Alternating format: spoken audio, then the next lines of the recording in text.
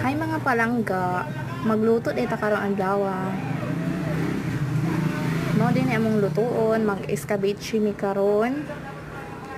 Akong partner nagkuha og uling para sugnonan iyang giluto na escabeche. O diba? Tan-awan ninyo among giluto, guys. O diba? Nami pritong isda. Napod yung milaing sudan dere nga display na mo sa gawas mao ni ang tortang hipon.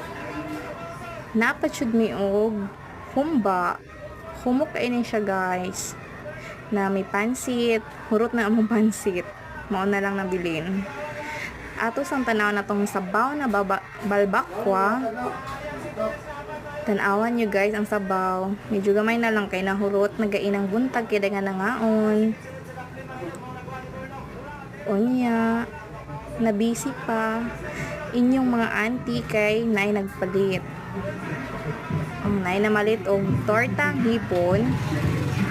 O diba, guys? Basta dakwa sa tortang hipon ay way kansi nga isa ka tao mukha na pwede pa niya masudaan udto. O diba?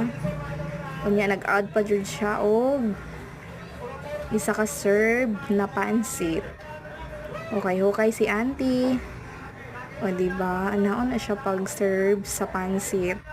Atong tarungon kay para dili ma-usi.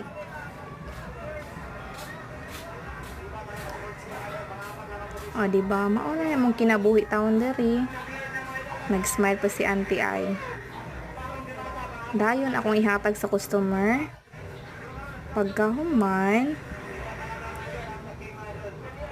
mauna lang sudan. Atong ibuta ang